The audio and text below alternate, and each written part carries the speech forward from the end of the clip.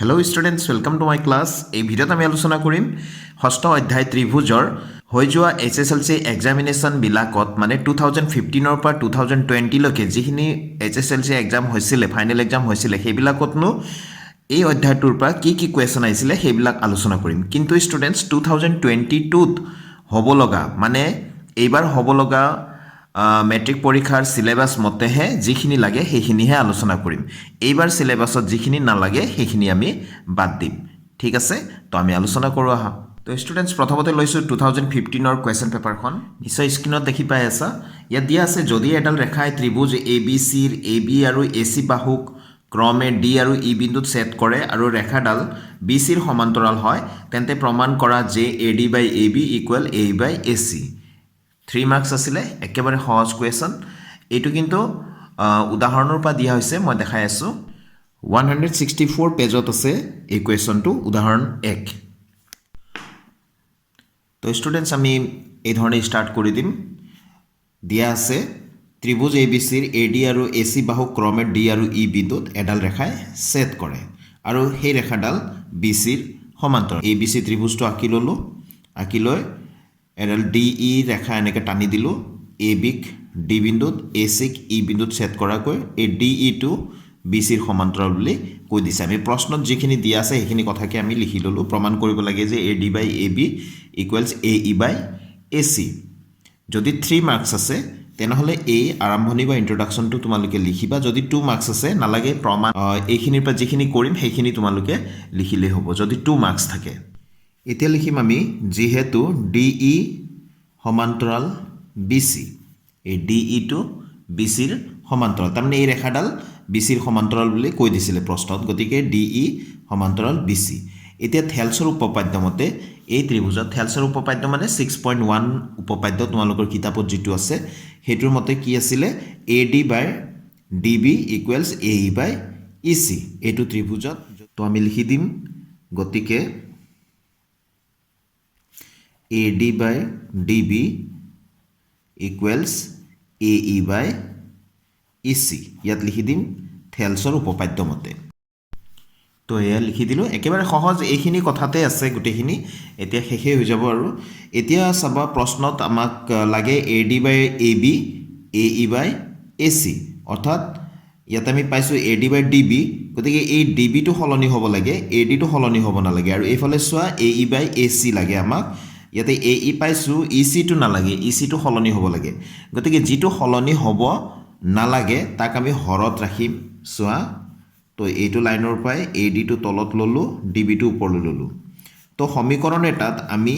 বাওঁফালে যিখিনি কাম কৰিম সোঁফালেও সেইটোৱে কৰিব লাগিব। তো এইফালে আমি সলালোঁ মানে ইয়াতো কৰিব লাগিব। ঠিক আছে,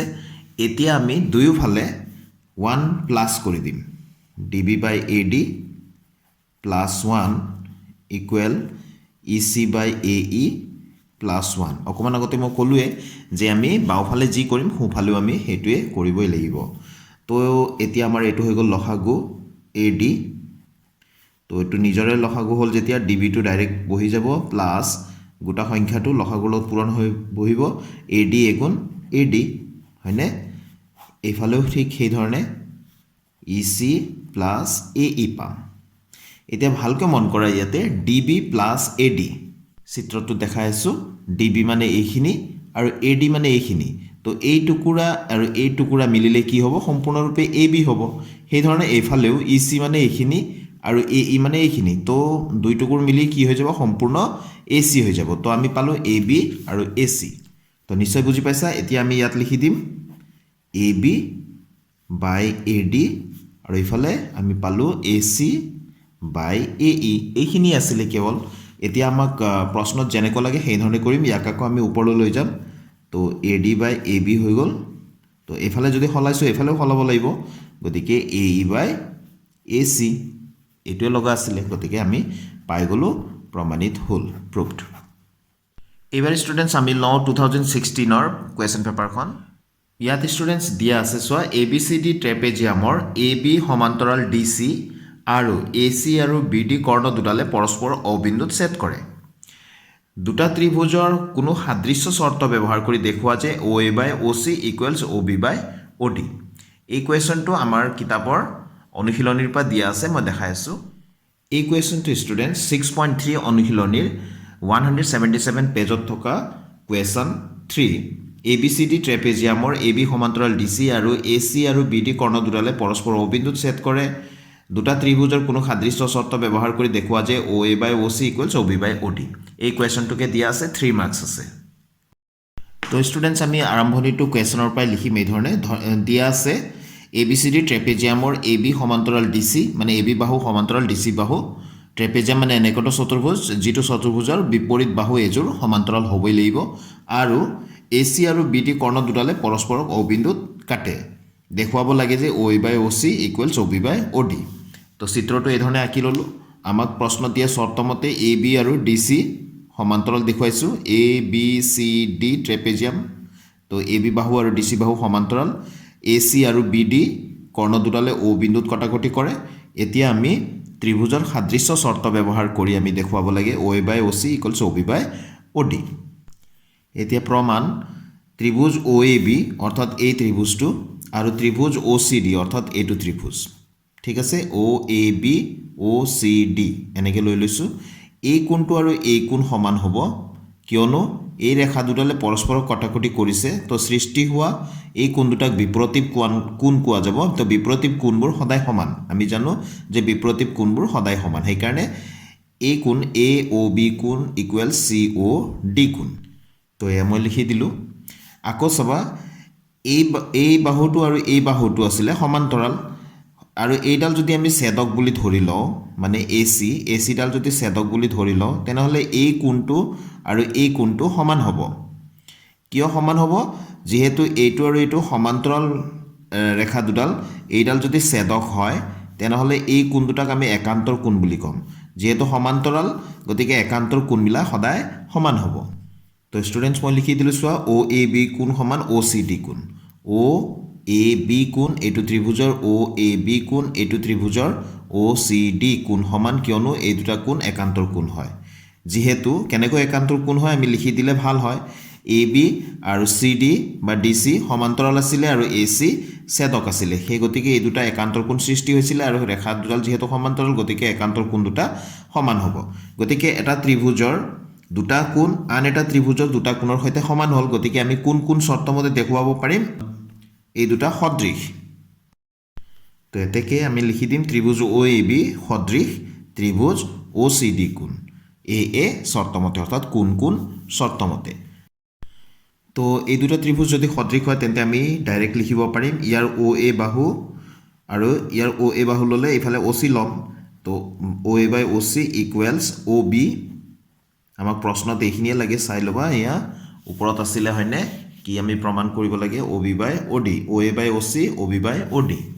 তো এইফালে OB যদি লওঁ আমি এইফালে কি ল'ব লাগিব তেনেহ'লে OD ল'ব লাগিব তো এইটো হৈ গ'ল আমাৰ প্ৰমাণ গতিকে আমি শেষত প্ৰুভড বুলি লিখি দিম প্ৰমাণিত হ'ল একেবাৰে সহজ আছিল হয়নে তো এনেকৈ তোমালোকে কৰি দিবা গতিকে তোমালোকে 3 মাৰ্কছ পাই যাবা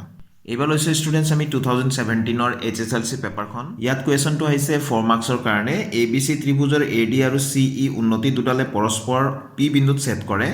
দেখুৱা যে এইখিনি দেখুৱাব লাগে আমি একেবাৰে সহজ আমি এইটো কুৱেশ্যন আকৌ কিতাপৰ কুৱেশ্যনৰ পৰা ডাইৰেক্ট কুৱেশ্যন দিয়া আছে অনুশীলনী 6.3 ৰে কুৱেশ্যন নম্বৰ 7 টো 1 2 3 4টা এইকেইটাই আমাক প্ৰমাণ কৰিব দিয়া আছে গতিকে একেবাৰে ভেৰি ইম্পৰ্টেণ্ট হৈ আছে এইবাৰৰ কাৰণে গতিকে ভালকৈ চাবা তোমালোকে মই সলিউশনটো কৰি দি আছোঁ তো ষ্টুডেণ্টছ আমি চিত্ৰটো আঁকি লওঁ ABC ত্ৰিভুজ দিয়া আছে ইয়াৰে AD এটা উন্নতি বুলি কৈছে উন্নতি মানে হ'ল 90 ডিগ্ৰী ইয়াতে সৃষ্টি কৰে আৰু আন এটা উন্নতি দিয়া আছে CE তো এনেকৈ আঁকি ল'লে হ'ল 90 ডিগ্ৰী ইয়াত আছে আৰু দুইটাই কটাকটি কৰিছে য'ত এটুক আমি P বুলি প্ৰশ্নত দিয়াই আছে তো আমি ইয়াত P বিন্দু নাম দিলোঁ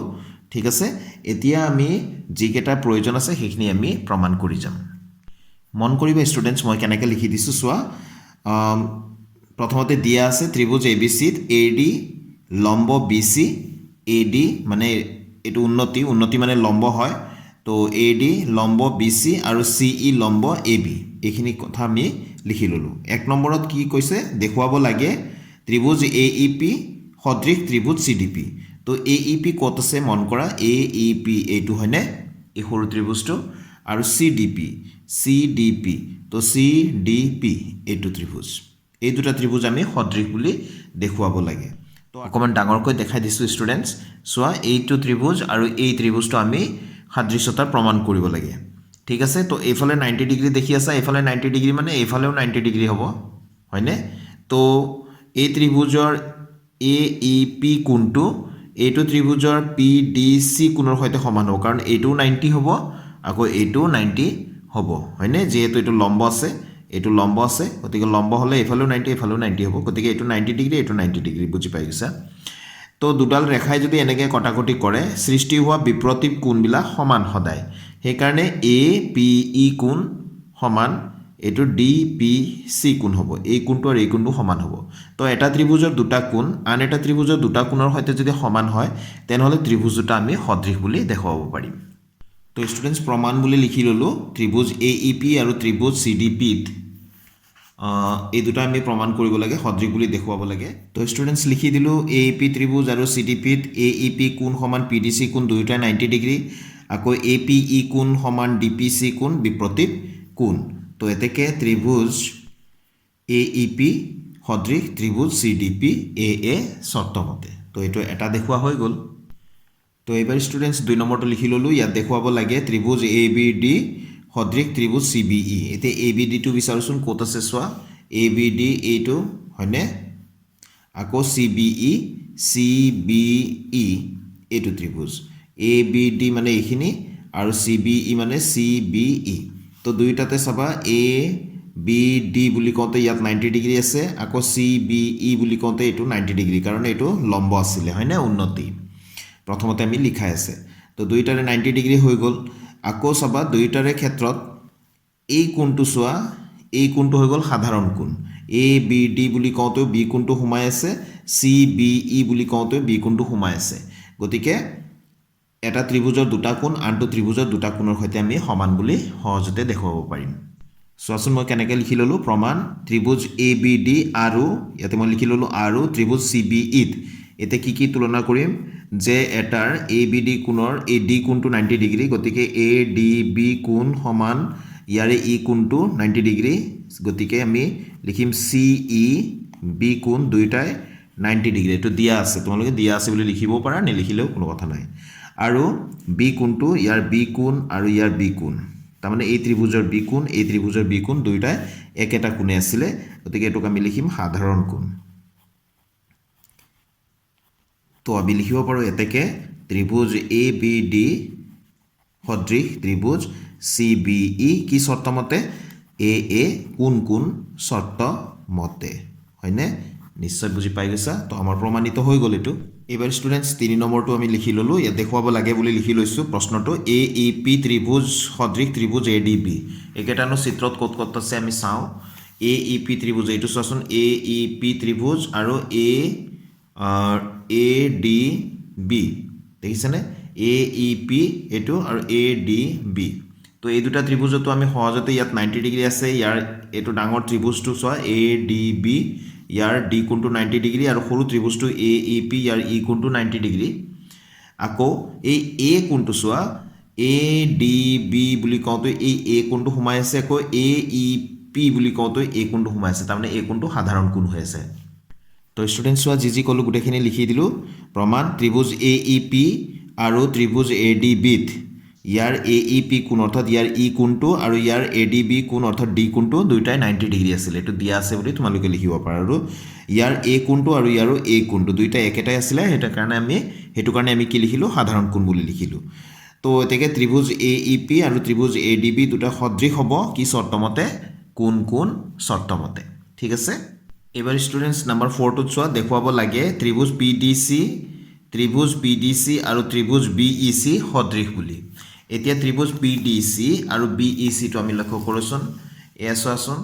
ত্ৰিভুজ PDC হয়নে এটো ত্ৰিভুজ আৰু সোৱা BEC ভালকৈ লক্ষ্য কৰিলানে PDC আকৌ BEC PDC বুলি কওঁতে এফালে 90 ডিগ্ৰী আছে মানে এটো 90 ডিগ্ৰী ইয়াৰ ঠিক আছে আকৌ ইয়াৰ এই 90 ডিগ্ৰী টু BEC বুলি কওঁতে ইয়াৰ 90 ডিগ্ৰী আছে আকৌ দুইটাৰে চোৱাচোন চি কোণটো সাধাৰণ কোণ হৈ আছেনে বি ই চি বুলি কওঁতে এই কোণটোৱে হয় আকৌ পি ডি চি বুলি কওঁতে এই কোণটোৱে হয়নে এই চি কোণটোৱে গতিকে চি কোণটো সাধাৰণ কোণ হৈ আছে তো প্ৰমাণ বুলি লিখি ল'লোঁ ত্ৰিভুজ পি ডি চি আৰু ত্ৰিভুজ বি ই চিত বুজি পাবৰ কাৰণে বুজি পোৱাৰ সুবিধাৰ কাৰণে মই ইয়াতে আঁকিয়ে ল'লোঁ তো আমি লিখিম ইয়াৰে পি ডি চি কোণ সমান ইয়াৰে বি ই চি কোণ এইটো ত্ৰিভুজৰ এই ই কোণটো বি ই চি কোণ দুইটা 90 ডিগ্ৰী ঠিক আছে আকৌ ইয়াৰ চি কোণ আৰু ইয়াৰ চি কোণ একেটাই হয় আমি সাধাৰণ কোণ বুলি লিখোঁ তো সাধাৰণ কোণ বুলি আমি লিখিলোঁ তো লিখি দিলোঁ এটাকে ত্ৰিভুজ পি ডি চি সদৃশ ত্ৰিভুজ বি ই চি এ এ চৰ্তমতে তো গোটেইখিনি প্ৰমাণ কৰি দিলোঁ গতিকে শেষত লিখি দিম প্ৰুভড ঠিক আছে এবাৰ আহিলে ষ্টুডেণ্টছ 2019ৰ 2018ত যিকেইটা কুৱেশ্যন আহিছিলে ত্ৰিভুজৰ ওপৰত সেইখিনি এইবাৰ চিলেবাছত নাই গতিকে কৰা নাই এবাৰ 2019ৰ পেপাৰ কৰিম কুৱেশ্যনটো হ'ল এ বি চি ডি ট্ৰেপেজিয়ামৰ এ বি সমান্তৰাল ডি চি ইয়াৰ অসমান্তৰাল বাহু এ ডি আৰু বি চিৰ ওপৰত ক্ৰমে ই আৰু এফ দুটা বিন্দু এনেদৰে লোৱা হ'ল যাতে ই এফ আৰু এ বি সমান্তৰাল মন কৰিবা ই এফ আৰু এ বি সমান্তৰাল আমি এই ধৰণে আঁকি ল'ব লাগিব দেখুওৱা যে A E by E D equal B F by F C একেবাৰে সহজ আমি প্ৰথমতে আঁকি ল'লে তোমালোকৰ বহুত কথা ক্লিয়াৰ হৈ যাব তো আমি ষ্টুডেণ্টছ এই ধৰণে আৰম্ভণি কৰিম দিয়া আছে এ বি চি ডি ট্ৰেপেজিয়ামৰ এ বি সমান্তৰাল ডি চি আৰু ই এফ সমান্তৰাল এ বি চিত্ৰটো মই ইয়াত দেখুৱাই দিছোঁ এ বি চি ডি এটা ট্ৰেপেজিয়াম যাৰ এ বি বাহু আৰু ডি চি বাহু সমান্তৰাল বুলি কৈছে এ ডিৰ ওপৰত ই এটা বিন্দু দিয়া আছিলে বি চিৰ ওপৰত এফ বিন্দু এটা দিয়া আছিল আৰু কৈছিলে যে ই এফটো এ বিৰ সমান্তৰাল বুলি সেইকাৰণে ইয়াত অকণমান শ্বৰ্টকৈ লিখি দিছোঁ যে এ বি চি ডি ট্ৰেপেজিয়ামৰ এ বি সমান্তৰাল ডি চি আৰু ই এফ সমান্তৰাল এ বি দেখুৱাব লাগে যে A E by E D equals B F by F C একেবাৰে সহজ এতিয়া আমি কৰিম প্ৰথমতে আমি কি কৰিম ষ্টুডেণ্টছ ইয়াতে এ আৰু চি সংযোগ কৰিম ঠিক আছে এ আৰু চি যেনিবা এইটো সংযোগ কৰিলোঁ তো সংযোগ কৰোঁতে এ চিয়ে ই এফক য'ত কাটিছে ইয়াৰ নাম এটা দি দিলোঁ জি বুলি ঠিক আছে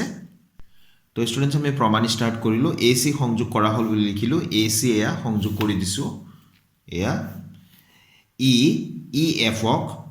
এইডাল যে আছিলে ই এফক ইয়াতে কাটিছে জি বিন্দুত গতিকে জি বিন্দুত কাটিছে বুলি লিখি দিছোঁ ই এফক জি বিন্দুত কাটিছে ঠিক আছে ইয়াতে এটা কথা মন কৰিবা ষ্টুডেণ্টছ এ বি আৰু ডি চি সমান্তৰাল বুলি দিয়া আছিলে আৰু দ্বিতীয়তে কৈছিলে যে এ বি আৰু ই এফো সমান্তৰাল তেনেহ'লে এই ই এফডাল যদি এ বিৰ সমান্তৰাল হয় তেনেহ'লে ই এফডাল ডি চিৰো সমান্তৰাল হ'বই কিয়নো এ বি আৰু ডি চি আগৰ পৰাই সমান্তৰাল আছিলে ঠিক আছে এই কথাটোকে মই লিখি দিলোঁ চোৱা যিহেতু এ বি সমান্তৰাল ডি চি আৰু ই এফ সমান্তৰাল এ বি গতিকে এ বি যদি আঁতৰাই দিওঁ তেনেহ'লে ডি চি সমান্তৰাল ই এফ হ'বই ঠিক আছে এতিয়া ত্ৰিভুজ এ ডি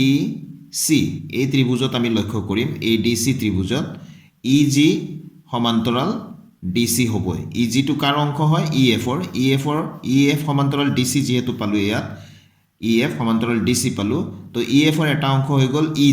জি সমান্তৰাল ডি চি হ'বই গতিকে 6.1 থিয়ৰম থেলছৰ উপপাদ্য মতে আমি পাম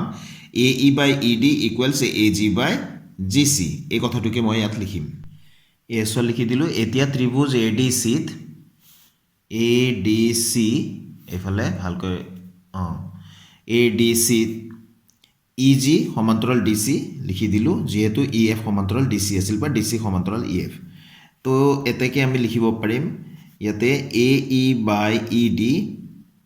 মন কৰিবা এইটো ত্ৰিভুজত এ ই বাই ই ডি ইফালে এ G by G C A G by G C লিখিম থেলছৰ উপপাদ্য মতে বা 6.1 উপপাদ্য 6.1 উপপাদ্য বুলি লিখিলেতো নহ'ব থেলছৰ উপপাদ্য মতে বা মৌলিক সমানুপাতিক উপপাদ্য মতে তো এইটো হৈ গ'ল এতিয়া চোৱা 1 নম্বৰ বুলি সমীকৰণ দি থলোঁ আকৌ আন এটা ত্ৰিভুজ চোৱা ইয়াতে এ বি চি ত্ৰিভুজত এই ত্ৰিভুজতো জি এফ সমান্তৰাল এ বি হ'ব যিহেতু এ বি আৰু ই এফ সমান্তৰাল আছিল তো এয়া লিখি দিলোঁ ত্ৰিভুজ এ বি চিত জি এফ সমান্তৰাল এ বি এইটো জি এফ সমান্তৰাল এ বি গতিকে আমি লিখিব পাৰোঁ এইটো ত্ৰিভুজত থেলছৰ উপপাদ্য মতে A G by G C equal B F by F C A G by G C equals B F by F C তো ইয়াত লিখি দিম এতিয়া A G by GC equals BF by FC উপপাদ্য মতে কি উপপাদ্য থেলছৰ উপপাদ্য মতে তো এবাৰ লিখিছোৱেই গতিকে ইয়াত উপপাদ্য মতে লিখিলেই হ'ল এইটো 2 নম্বৰ তো 1 আৰু 2 চোৱাচোন এইটো আৰু এইটো একেই হয়নে AG বাই GC গতিকে AE by ED equals BF by FC লিখিব পাৰিম এইটো হৈ গ'ল আমাৰ প্ৰমাণটো তো 1 আৰু 2 ৰ পৰা আমি লিখিব পাৰো এইটো কেনসেল হৈ যাব A বাই মানে এইটো সমান এইটো গতিকে এইটো আৰু এইটো সমান হ'বই AE by ED equals BF by FC নিশ্চয় বুজি পাইছা তো আমি প্ৰমাণ কৰি দিলো গতিকে আমি লিখি দিম ইয়াত প্ৰমাণিত হ'ল বা প্ৰুভড ঠিক আছে তো স্টুডেন্টস এইখিনি আছিল 2015 ৰ পৰা 2020 লৈকে যিখিনি কোৱেশ্চন আহিছে এইবাৰ সিলেবাসৰ মতে যিখিনি কোৱেশ্চন আছিল কৰিব পৰা তো সম্পূৰ্ণ মই কৰি দিলো 2020 টো কৰা নাই কাৰণ 2020 যেটো আহিছে হেতু তোমালোকৰ সিলেবাসত নালাগে গতিকে হেতু কৰিব নালাগে আমি তো আশা কৰো তোমালোকক এই ভিডিঅ যথেষ্ট সহায় কৰিব এই কোৱেশ্চন কেটা তোমালোকে নিশ্চয় কৰিবা এটাও কোৱেশ্চন নেৰিবা ভেৰি ইম্পৰ্টেন্ট কোৱেশ্চন গুটে কেটা লগতে 6.1 থিওৰামটো তোমালোকে ভালকৈ উপপাদ্য 6.1 টো ভালকে কৰি থবা অহাৰ চান্স খুবে আছে thank you students keep watching my channel